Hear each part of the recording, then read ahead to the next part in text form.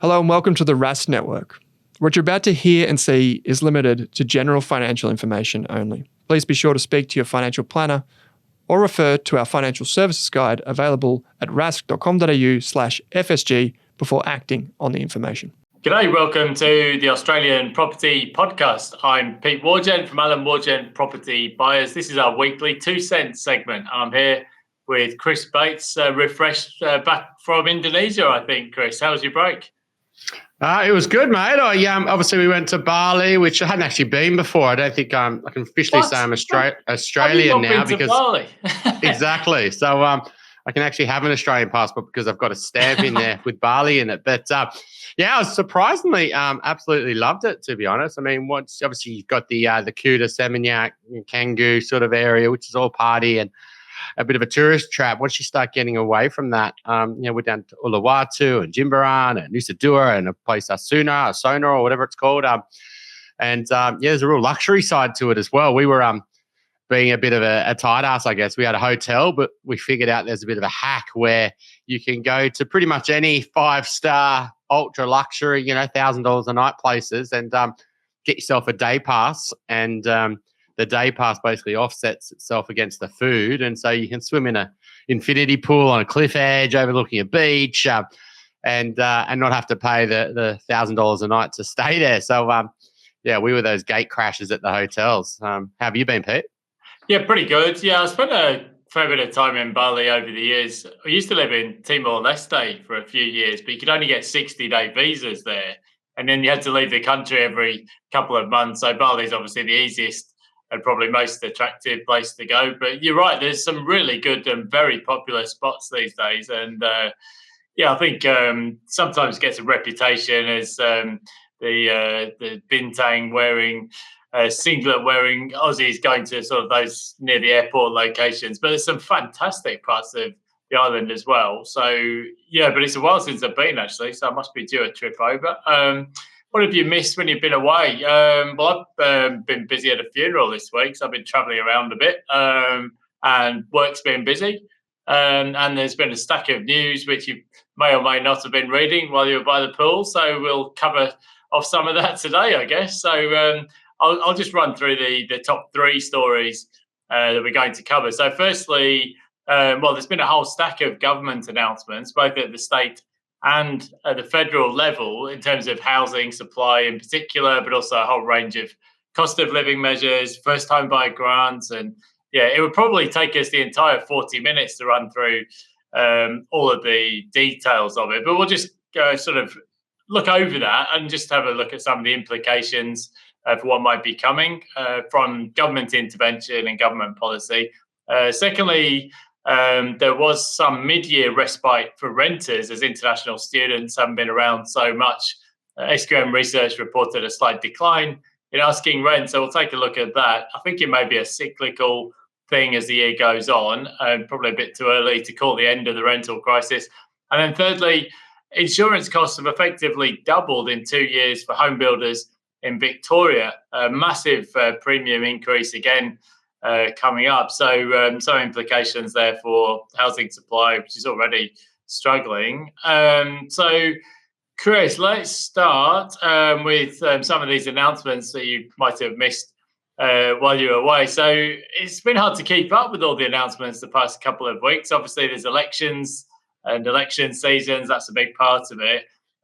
So I think I'll just cover maybe 2 or 3 of the announcements. So because otherwise we'll just spend the whole episode just listing government statements and announcements. But Victoria, having missed its target of 80,000 homes, it was only actually announced in September 2023. So what's that, 8-9 months ago? So now they've got a new announcement. Victoria's announced a 2.5 million homes target by 2051. Which is interesting because that in itself points to an enormous growth in the population over the next few decades, which I guess a lot of people would say, well, hang on, we didn't vote on this. So that's an interesting one. In New South Wales, obviously, there's some big announcements as well. State budget, there's a range of measures being taken by the state government. The aim is to build 30,000 homes. a number of different housing schemes, a build-to-rent program for essential workers, some sale of public land to developers. Now, there's 58,000 people already on the waiting list in New South Wales. So there's a plan to build 8,500 social homes and redevelop. It was interesting to look at some of the details on the build-to-rent package. $450 million to be made available for a build-to-rent package for essential workers in the budget. So the Premier says 400 homes will be offered at a reduced rent. So that's for people like paramedics and nurses and essential workers and so on. But when you actually look at that, I mean, that's over 3 years. So I guess if my maths is right, there's 133 dwelling units a year, and at a cost of well over $1 million per individual unit. So that's a lot of money. And then also in Queensland, well, there's so many measures been announced in Queensland, it would probably take me all day to list them. They basically tried to buy the election. So $1,300 at least off power bills, $20 off rego for cars, 50% public transport fares, $200 sports vouchers for all kids, stamp duty scrapped for first home buyers, and then a doubling of the first homeowners grant. I think it would take all day to list the handouts going on there. But yeah, Chris, what do you think overall at the high level? What do you think about all this kind of stuff that's announced by governments? Obviously in Victoria, there's a lot of emphasis placed on, it's almost like initiative-itis, if I can say it.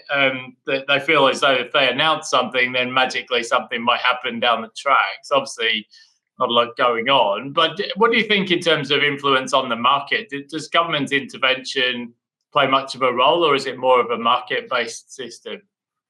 Oh, so it's funny you say that, Pete, because, when I'm away, we've still got WhatsApp for the team going on, and probably shouldn't be looking at it, but I am. And it was literally pings, Queensland government's doing this, ping, Tasmania, ping, Victoria, and we were sharing it together as a team. And, I do think instantaneously, chatting to some of that, Kathleen in particular in our team, she was sort of mentioning where, we got a spike in, some of our older customers who were looking around these caps, a lot of first home buyers, and they were very across the change. And they're like, well, actually that change does help me. It allows me to not pay stamp duty.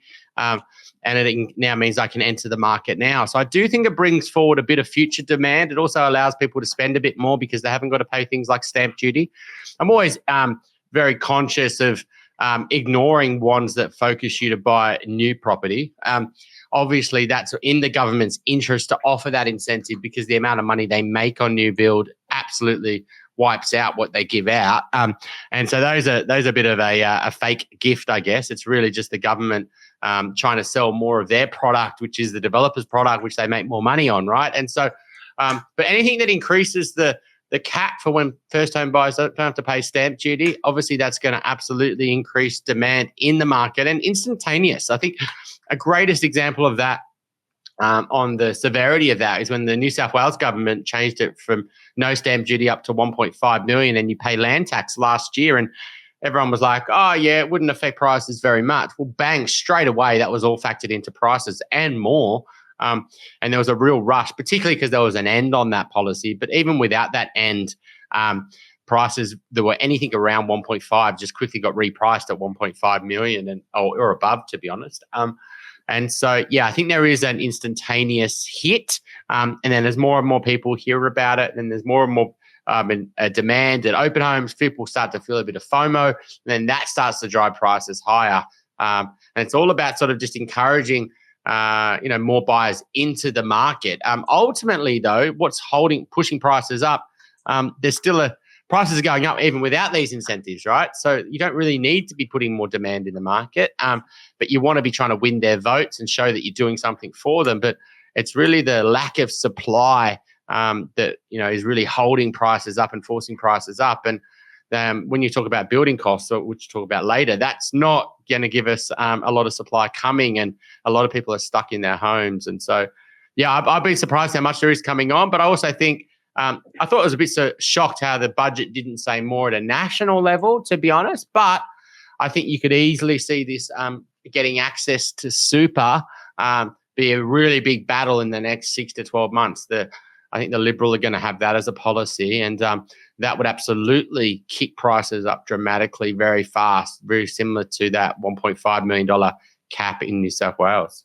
Of course, the big news story over the past couple of days from an electoral standpoint is the coalition government is going to make this an election on nuclear power versus renewables, which is probably outside the scope of what we're going to talk about today. But yes, you're right, for housing, use of superannuation for home deposits, pretty contentious issue. I think a lot of this brings me back to that question of whether the government should be a referee or an active player. And I think this goes back to the Milton Friedman arguments of a few decades ago. And because you can certainly question whether the government should be doing some of these measures like buying off the planned properties and underwriting projects and build to rent programs, or whether they should just be focusing on improving the rules and regulations. I think Friedman's argument was always, look, governments aren't very smart or efficient at allocating capital, and government programs only ever tend to get bigger or get expanded. They very rarely get rolled back. And we've seen, like with the NDIS, for example, the cost just goes up and up. And I think his argument was always, look, if the government creates a job or an investment over here, you're only going to be taking away a job or investment away from over there. And I think as well, he definitely always used to say, well, for whatever reason, the projects always seem to overrun on time. They cost twice as much as they should.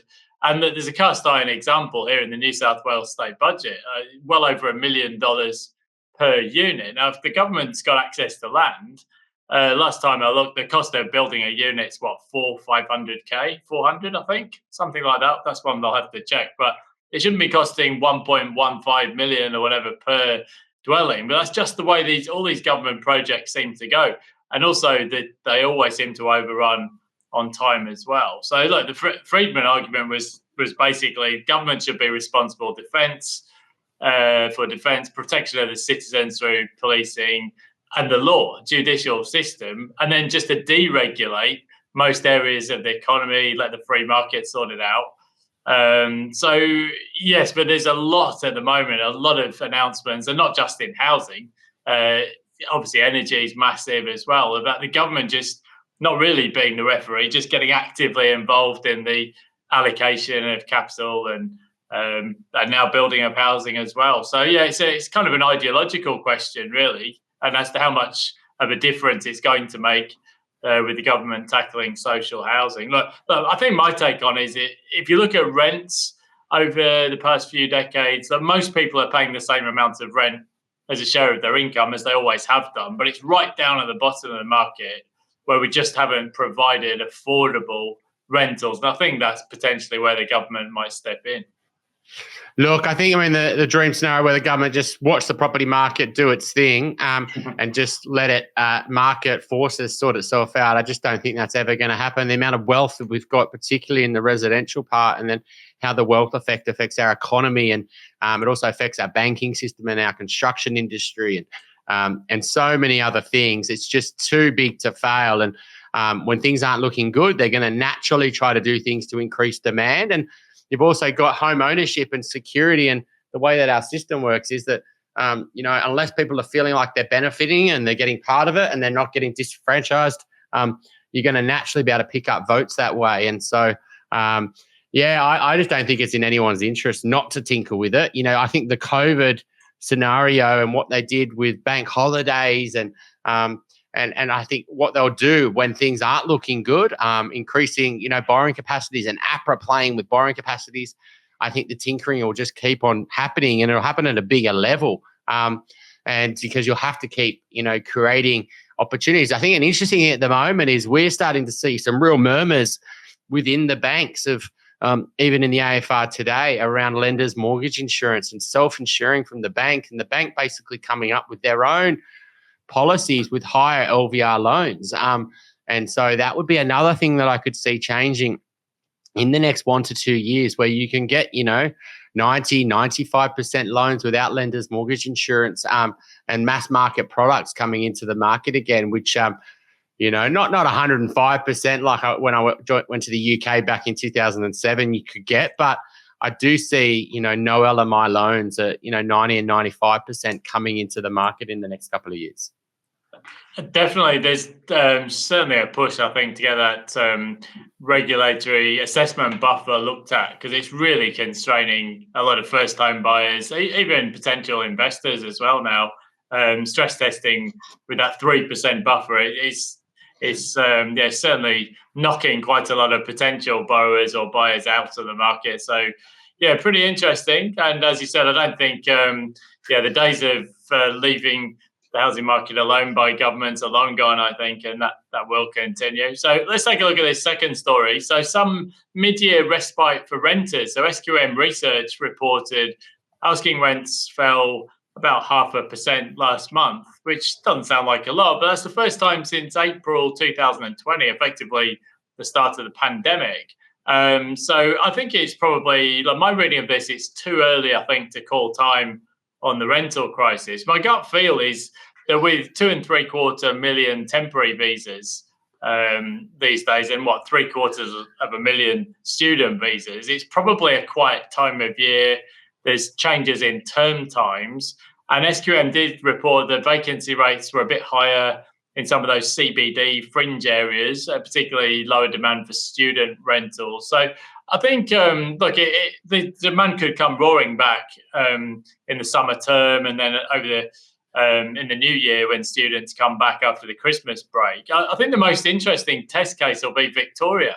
I think we've seen all these different measures. Some councils in Melbourne are pushing for increasing rates for landlords, but not for homeowners. There's also the land tax issue, other regulatory changes in favour of tenants. I do wonder, there's a lot of stories about investor exodus, but I wonder if it's just more of an investor churn, because there is more lending happening to investors again. I think the other thing, Chris, while you were away, the latest population growth figures were reported. And for 2023, 651,000 extra people in the country, and population growth in Victoria, 185,000. So a lot of people left during the pandemic period, but they've gone back to Victoria now. So that'll be definitely one to watch. But what's your thinking in terms of the rental market? Vacancy rates still too low for the crisis to be over? I think absolutely. Vacancy rates is the thing that you'd be wanting to look at here in detail and see if that's starting to really shoot up. That gives renters choice. Renters are going to less likely to overpay and, do everything they can to get a rental. I would say where vacancy rates are, it's a ridiculously tight, undersupplied market right now. And there's also different parts of the country have got higher vacancy rates. And so, that's absolutely a good way to show that where rental price growth is going to be much stronger. But you wouldn't really want to be entering the rental market right now. And that's the truth, right? The real concern there where people are, that rent vesting strategy is really hard when, it's hard to get a rental and secure that, and knowing that, particularly when you've got a family, right? And so I think that's really one of the things that's driving price growth, in the background. A lot of people say it's, the wealth effect, it's population growth, it's low listings. Well, no, I actually think it's also the rental crisis has been one of the biggest drivers, because it's more expensive to own than rent at the moment, even though rents have gone up, because interest rates are high and there's other costs that you have to pay when you own. And so why are people paying that? Well, A, because they think that they want long-term security, but B, it's actually really hard just to rent at the moment. And they want that short-term security, not just long-term. And so, I wouldn't be too concerned around where I do think there's going to be a natural slowdown. There is going to be a natural thing where people start to go flat sharing, move back in with home, look to, rent out a room rather than rent out a place. And so I think households size is going to increase. People are going to let go of their home office and start renting the room out, which they might have done in the last few years. So, but I don't think there's an end in sight at the moment, because I do think a lot of investors are leaving. While I was away, there was a number of reports talking about Victoria in particular, and how the rental supply down there, rental listings, is dropping. I do think there's investors entering, but it's hard to replace when there's 3 billion plus investors out there. If a certain portion of those are always selling, right? And then that's also increased because of higher interest rates, changes to land tax, people banking money so they can pay off their mortgage because the mortgage is expensive. Even if that's losing 5% a year, right? Let's say, well, you've got to be replacing that with another 5% of new rental listings. And I just don't think that trade-off can happen. I don't think you're going to be able to replace the amount of investors leaving with new investors. And if those new investors are entering, they're not entering where those investors are leaving. So you might see investors leaving capital cities and re-entering in, regional, high yield, cheaper, lower purchase prices. And so that's not like for like. You're not replacing the same stock. And I think that's what we're absolutely seeing is a reallocation of rental supply that won't matter over 1 year. But if this went on for another 3 or 4 years, investors bailing and investors entering in different locations, the way that our property market and our supply is spread, where you can rent, where you can't rent, where it's easy, where it's hard, is going to change. And I think that's something that's a bit of a ticking time bomb if you do want to rent in the capital cities. There was some sense in those population figures that the level of population growth might have peaked at the end of 2023. But it's worth having a look at those figures in context, though. Australia's population increasing by 2.5% in calendar year 2023, which is 651,000 people or thereabouts for the estimated resident population, but it's not the same everywhere. Western Australia is just out of control, 3.3%, absolutely red hot. Victoria, as we already mentioned, 2.8% population growth. Queensland, 2.6%, and very focused on southeast Queensland. So as you mentioned, it's not just the absolute numbers, it's also where these changes are happening. And New South Wales, 2.2%. I think there are some parts of the country where population growth is lower, under 1% for the Northern Territory, where the economy has been a bit sluggish. Tasmania, 0.4%, which I think reflects, we did previously see quite a bit of interstate migration to Tasmania, but that affordability advantage for Tassie has been eroded now, so that's slowed down. And when you translate those percentages to absolute figures, so Victoria, that's an increase of 186,500 people in 1 year. New South Wales, 185,500. Queensland, 141,000. And WA, 94,000. So the percentages tell part of the story, but the absolute numbers are huge. Now, project that forward to where we are today. We don't really know for sure. There's a population clock that tries to project these numbers out, still assuming an extra person every 47 seconds, which is really just pointing to the same level of population growth in 2024. So we don't know for sure how that will play out, but there's still big numbers of people coming into the country and a lot of focus on just certain areas. So I think with a vacancy rate of 1.2% nationally and quite a lot lower in a number of capital cities, obviously we're not out of the woods yet, though it's good to see maybe a little bit of pressure coming off inflation if rents flatline a bit. So, yeah, interesting to see. And well, let's take a look at the third story, Chris, because this ties into the housing supply issue. So The Age reported that after a number of major building company collapses, insurance have effectively doubled in 2 years in Victoria for new home builders and developers. I think it might partly reflect rising building costs and maybe poor build quality in some cases, but obviously the costs of construction have really rocketed since 2020. But I think as well, a really big part of it, we've got record high numbers of insolvencies now, particularly in the construction sector. These data series only go back to 1999, so a quarter of a century, but we've not seen this many businesses going bust year on year, really over that entire time period. And there's been some big collapses like Porter Davis and others. So The Age reported another 65% increase in insurance to cover the costs of major developer collapses, following on from a 43% increase a year earlier. So I think as well there is a number of issues with, for example, the Green Lobby pushing for some big changes to stymie investor activity. So there's all that going on as well. So there's quite a few challenges and headwinds here for housing supply, quite apart from the other issues that we've already talked about.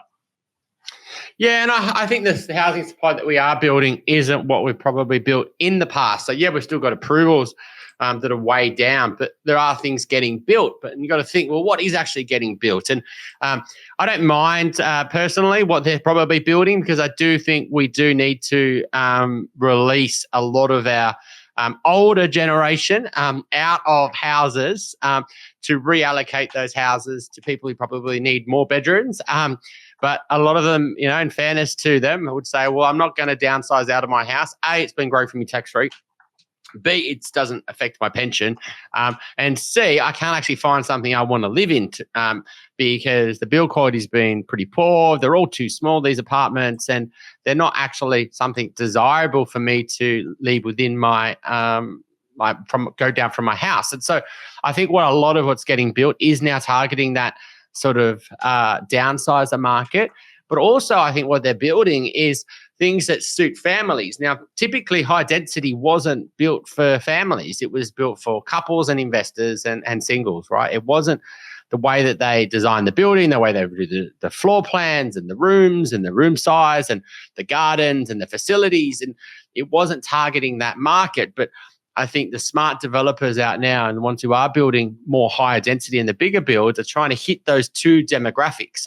A, the downsizers have got cash, and B, the family market is reallocating their budgets from houses to, bigger, newer apartments. And so I would say that's the other thing is that where they're probably building as well is on the fringe and the house and land packages and things like that. But they're having a real challenge, to be honest, making the numbers work. And so, if I was a big developer and I had, a farm in an area, I wouldn't just release my stock at a time when it's hard to sell. I'd release it at a time where it's really easy to sell and there's a real undersupply. And so I think what you're naturally seeing is a bit of land banking happening where, that they're trying to create some scarcity with these lots because the demand isn't as strong. And so, and that's making, holding up prices there as well. So, yeah, I think that's going to be a real issue. There's no easy fix unless building prices come down or rates drop and borrowing capacities go up a lot and people's ability to spend more money is there. If none of those two things happen, then you're naturally just going to see really low build numbers. Yes, and you've touched on a couple of key things there. The cost of building and materials. I mean, obviously the insurance is going up. That's been a big part of inflation over the past year. In fact, past couple of years, really. Also rents, that's been a big chunk of the inflation. So there's some sense that rents might be flattening down a bit, but insurance is still rocketing ahead. And that's obviously not good for the inflation picture. While you were away, actually, the Reserve Bank was on hold as expected in Australia. It's a bit of a national sport, it seems, trying to predict or read between the lines of what the RBA is saying. But I didn't actually watch the press. I was busy at a funeral. But from what I could read in the media, it seemed to be something of a hawkish type of hold. I think the general view is, like, if core inflation is 1% or less next quarter, then we can just expect the RBA to be on hold for a while. If inflation comes in hotter than that, then they may be forced to hike again. But I don't know. If you look at market pricing, if you look at where futures are pointing, say, towards the end of 2025, about 3.9%. So we haven't really changed a lot. Nothing much in the short term. Maybe a couple of cuts in 2025, which might just start to help with dwelling supply. Had a bit of an online chat with Tim Reardon from Housing Industry Association, and they're hopeful that detached house starts might just start to pick up over the next couple of quarters. Unit supply is just terrible, and that's not really going to change. I think if the RBA stays on hold for a little while, I think the global narrative is starting to shift. In the UK, inflation is actually back to target. It was 2% last month, even though services inflation has been a bit sticky. But getting back to 2%, I mean, that's a hell of a change from, where were we, 11% at the peak. I think in the US, it's increasingly looking like it's primed for cuts after some weaker data. So I think the longer we go along, we've got Canada cutting, New Zealand's getting close, in Europe, interest rate cuts. So I think the RBA will be hoping to hold its nerve and keep rates on hold for a few more months. And just in terms of the global sort of momentum will start to shift towards cuts. But I think the big one will be the inflation figures next quarter. If they come in under 1% for core inflation, then they're probably okay. But anything hotter than that may be forced to take a bit more action, maybe. Yeah, and I do think the pressure will then start to come down to APRA and reducing your serviceability buffer when rate cuts are starting to happen a bit more fluidly and a bit regular.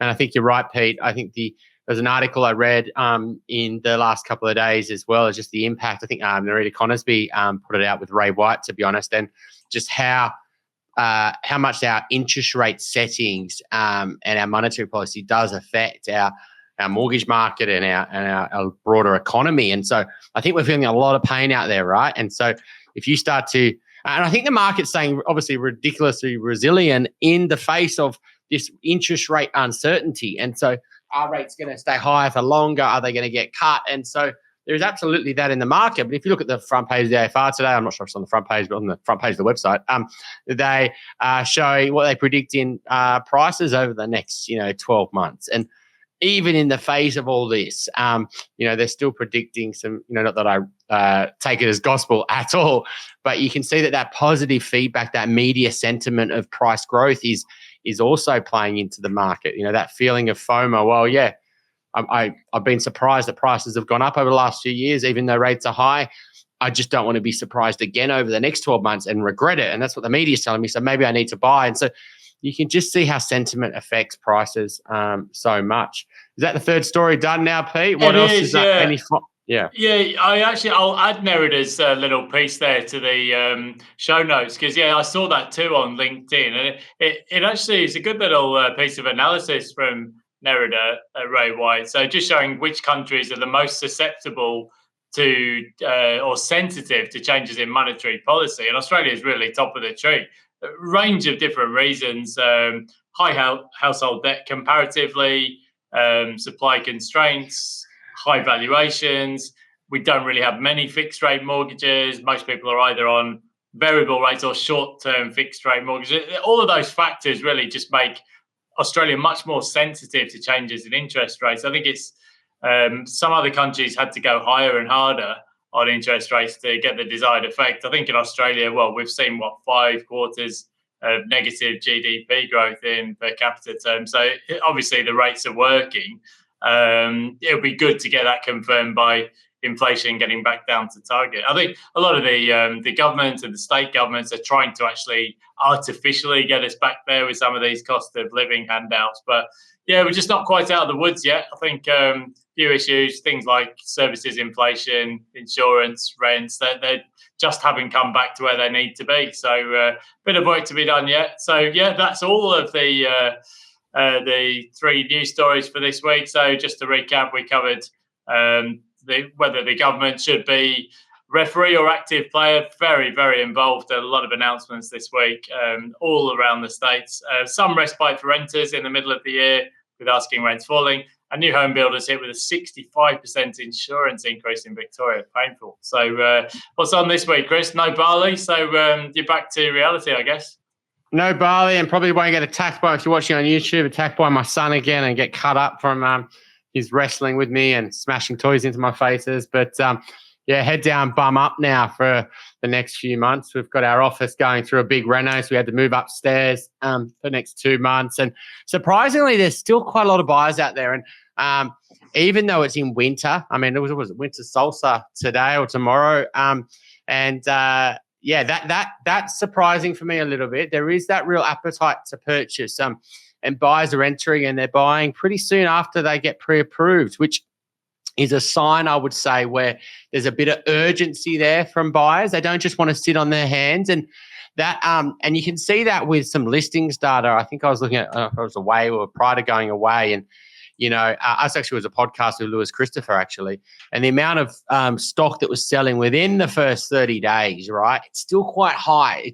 There's definitely stock that sits there after 30 days that's average. So there's still 2-speed market or 3 or 5 speeds, but that sort of absorption rate of new listings.